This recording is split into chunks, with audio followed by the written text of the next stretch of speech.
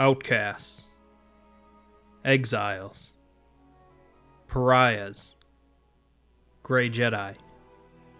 Within the majority of the Star Wars universe, as well as the majority of these videos, the constant battle between the light and the dark is often discussed. But what about the space in between? The Jedi and Sith orders existed for thousands of years, but as you certainly might expect, not every Force user in the galaxy joined them, willingly or otherwise. Despite the overall lack of Grey Jedi in the current canon, it is certainly possible that this concept will be explored in the near future. We will discuss the brief history of Grey Force users, and mention their most notable members.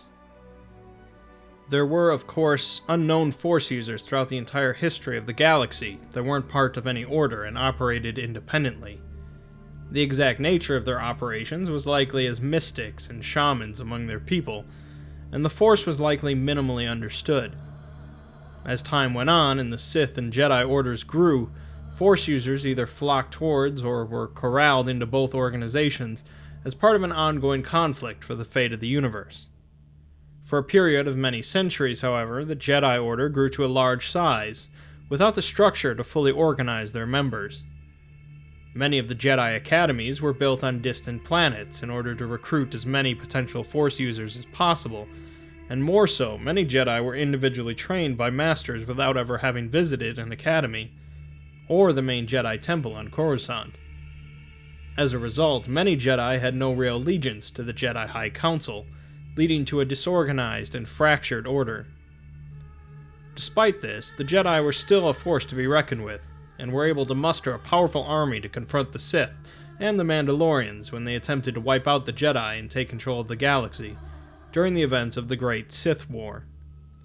The Great Sith War was a bloody affair, with massive losses on both sides, and in the end the Jedi Order was just a fragment of what it was, compounded with the Sith going to great efforts after the war to purge any Jedi they could find.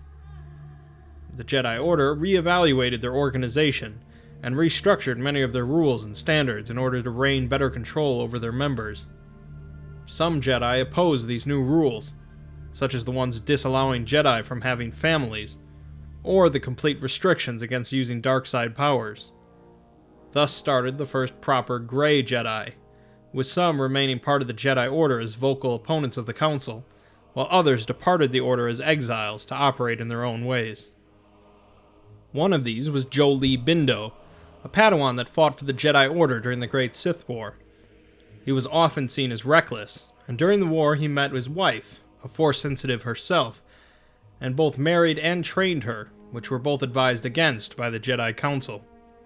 However, during the war, his wife was turned to the dark side by the Sith, and when she attempted to convert Jolie, a duel broke out between the two, but Jolie found himself unable to kill his wife, and let her go.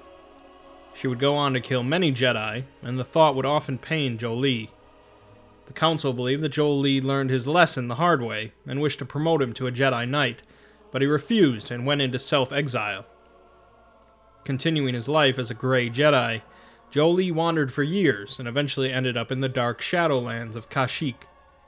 Here he lived as a hermit, protecting himself and the Wookiees from predators, and surviving off the land for 20 years.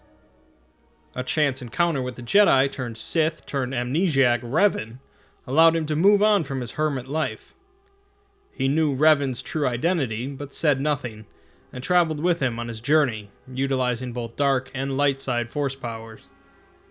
After their victory over Darth Malak, Jolie was celebrated with the rest of the group, but soon disappeared from public view yet again.